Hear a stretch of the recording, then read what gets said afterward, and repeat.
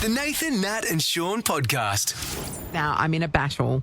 Love it. And I am losing this battle. We heard bits of this, but So, you are riled up about this. I'm currently battling the Turkish government. Oh, okay. Of course, yep. Because why not go to the top?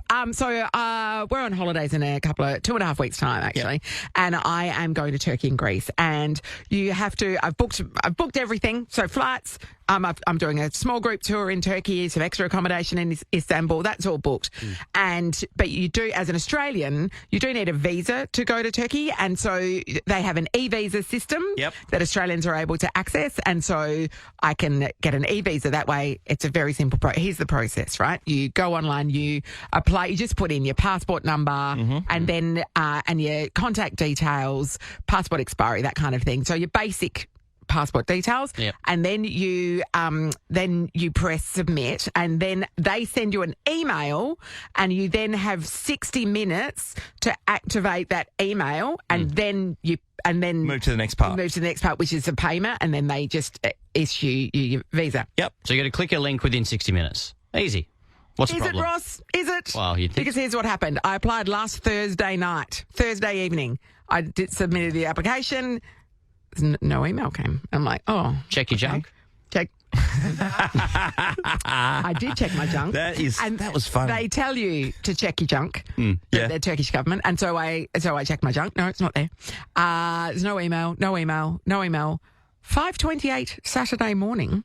You get an email. I got an email, but I was asleep at 5:28 on Saturday morning. And you had 60 minutes. I did not manage to click it because I woke up at 7:15.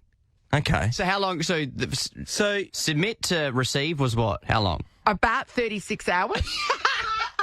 And then That's on you. okay. So then you can if you you have to miss do it the again. window, you just got to do it again. Yeah. So Saturday lunchtime, I did it again. Yeah.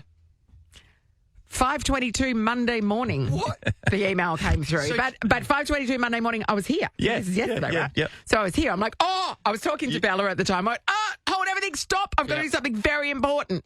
And so I clicked the link in the email and they said, this is expired. So is it someone at their end having to do something?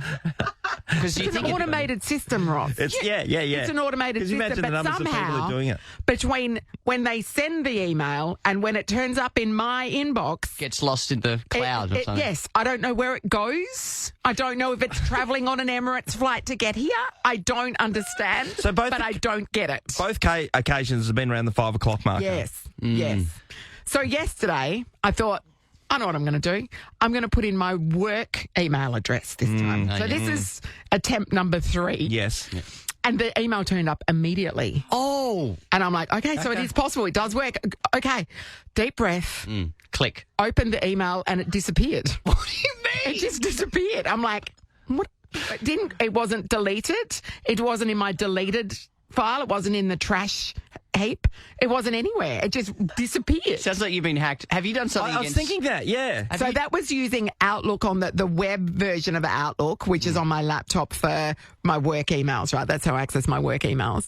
And I'm like, so I tried it again. I thought surely maybe I don't know, fell on it or something. I don't know. And I've just thrown it out the window. I don't know. So I did it again. No. It just disappears. As soon as you click on it, it vanishes. Like you've been hacked. So that I've now tried 4 times. And so then I thought, okay, maybe there was just a problem with the email system before. And now if I put in my home email, my private email address, now this time it's going to come through. Yeah. No. I'm still waiting for that one to come. What have you done Probably in 5:20 Turkey? tomorrow morning. Tomorrow morning. But as soon as you open it, it'll be too late. Yes. This what have system you done is against Turkey? impenetrable. Yeah, you've done something. They're onto you. They're onto you specifically. I love Turkish Delight. What I'm the only person that eats Turkish Delight. Turkish bread? Yes. Pro. Turducken? Is that a thing? Also pro. Okay.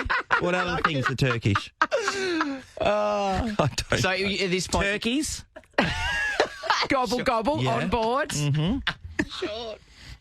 I'm not the one who's publicly spoken out about Turkey, Mr. Balloon Accident.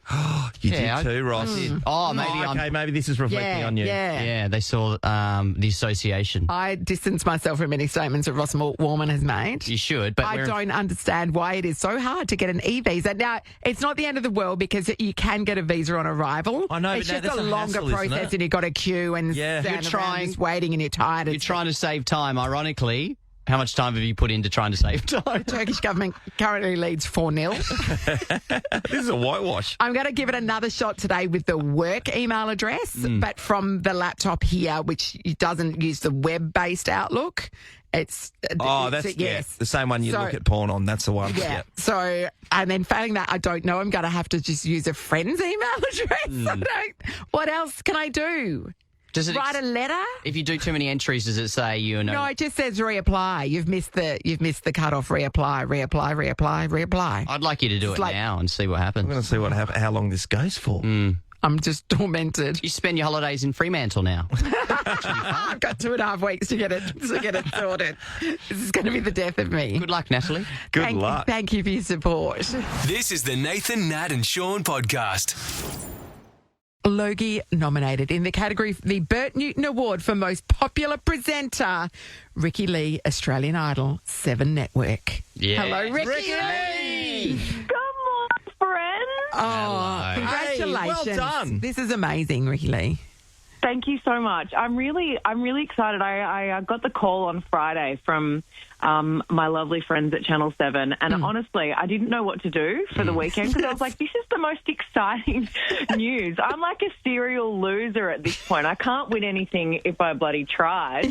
And it's just so exciting, one, to be nominated for the show that changed my life all those years ago. Yeah. But two, also for all of the hard work that goes into it. Like, we film Idol over 6 months, and I really put my back into it. Like, I give this show my absolute everything. So it's nice to get that recognition and for people to see and recognise how hard you work. And it's been lovely. But can you imagine if I won this award for the show that I was eliminated from 21 years ago? It's a great full circle opportunity. Yeah, it is. It really is. Because when you were eliminated, that were, if you're young, you might not know, but it was shocking. It was shocking because you seem to be a lock for the final. I can't even remember who it was who won.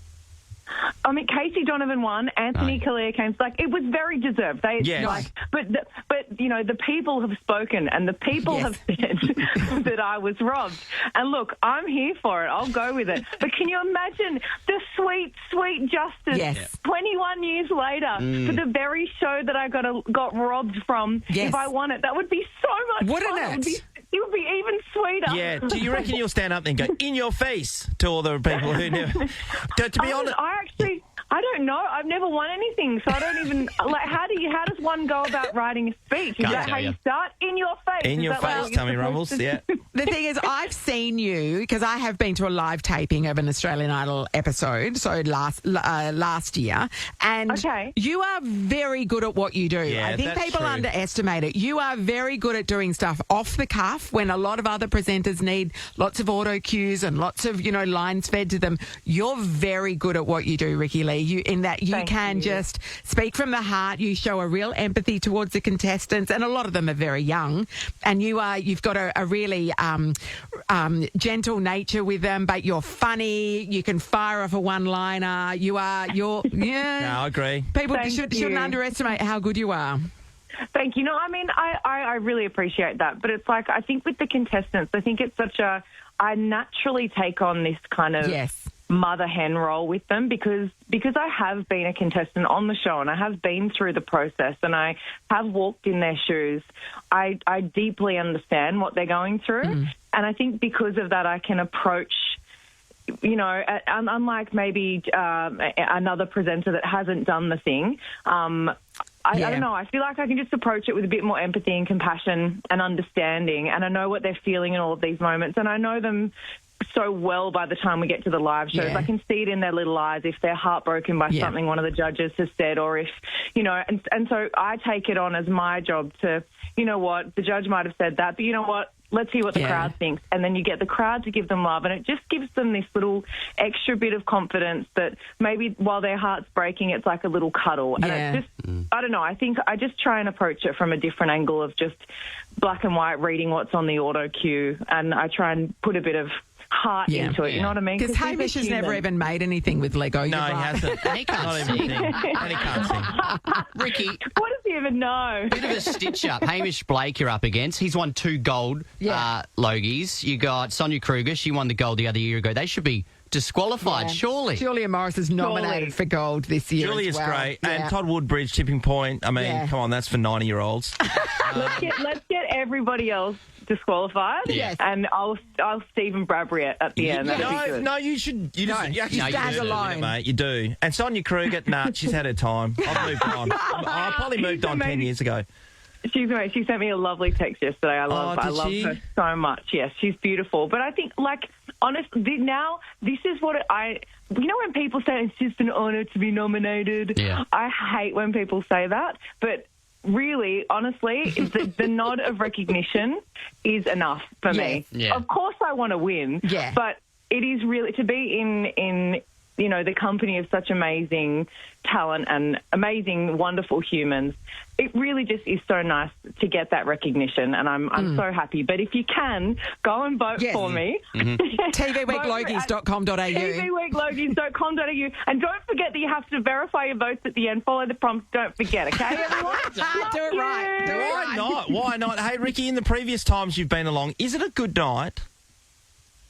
Look, it's a really long night, and awards shows are really hard because everyone just wants to get drunk and chat. Yes. But you got to kind of play ball because it's like, oh gosh, we're kind of part of a TV show right now, so it's kind of boring in that sense, but fun. The last time I went, not last year, the year before, I wore a very, very, very plunging neckline. Yes. And the buzzies, while they looked amazing, they were very out. Did you make all the magazines around town? Well, they were, all for the right reasons. But the thing is like you wear this dress for the red carpet. Yes, when they're standing up.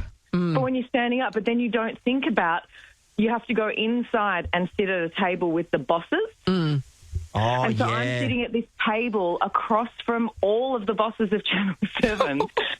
With my tits out. Yes, we're looking at the picture. I had clipped in all of my long hair, my really long weave, and I had to keep pulling all of the hair around to the front because I was so self-conscious about having my buzzies out in front of the bosses. It felt very inappropriate. But you did get a pay rise, so I know. Look, it worked. Whatever it takes. I actually saw Dakota Johnson getting interviewed recently, and she was wearing the black dress like that, and it was the same scenario. By everybody who's interviewing her, it was very difficult. Nobody could. Very observant of eye to eye. So what are you going to wear this year? That's the big question, Ricki-Lee. Well, I'll definitely wear something that goes across the cleavage rather than below it. You wear a skivvy. I'll wear a turtleneck. No, not glamorous enough. I've already started with my stylist working out what I'm going to wear. There was a dress that we were going to have custom made for the grand finale, but of course I wore this incredible that metallic, dress is gorgeous. Unicorn kind of dress. It was amazing, this iridescent dress. So the same designer, I'm thinking we might go with the dress that I was originally thinking for the grand final, which is a gorgeous gown, simple, classic, timeless. You know what I mean? You got to think about these things. Comfy, you sit down for ages, I can eat food. You can still eat in it, Hey, all of that kind of stuff. Hey, Ricky, with if this was to come your way, and everybody out there needs to vote, we've already said Ross that. is doing it now. Ross literally voted Good on just you, mate. then while we're on air. That's lovely. And also one vote per email address. So if you have multiple email addresses and you're up to some shady shit, this is the time to use those extra email Get my addresses. Hotmail up right now. That's right. With this versus an aria, where does it stand? Because you're, as we know, music You is straddle both worlds. Yeah, you're a slashy. Well, I mean, it would be, I've never won an aria. I was nominated for an aria, but I've never won one. And so I think, I don't know, for me, being a slashy, it is kind of radio, TV and music. I straddle these three worlds, which is quite fun. But look, it just, there's the mantelpiece is empty currently, and I'd love to put something other than... whatever it is. other than Nickelodeon Kids' Choice Awards. I'd rather have something more than that on nice. there. That's nice. At least they care. And the radio awards this year have been cancelled, so this is your chance. This is your chance to take something home. This is my only shot to finally win an award. Well, we're right behind you, Ricki-Lee. All the best. Hopefully we'll catch up with you when you're a Logie Award winner. Thank you so much, guys. Love you guys. Good on you, Ricky. TVWeekLogies.com.au. Vote with all your email addresses. Yeah, do it. And back our friend Ricki-Lee in. Thank you. This is the Nathan, Nat and Shaun podcast. Ross, I've got a story for you. Oh, what's it about? It's about poo. Oh, of course, I'll just leave. A different type. I am interested. I'm sure you appreciate this story. So I look forward to hearing what you have to say. Okay, here we go. So on Sunday at my daughter's football, there was a stop and play. There was a few players a bit up and about. After a goal had been kicked, the ball had made its way back into the centre square, as they do with the umpires, taking it back in there, throw the ball up, play continued. There was a bit of a stop, people talking.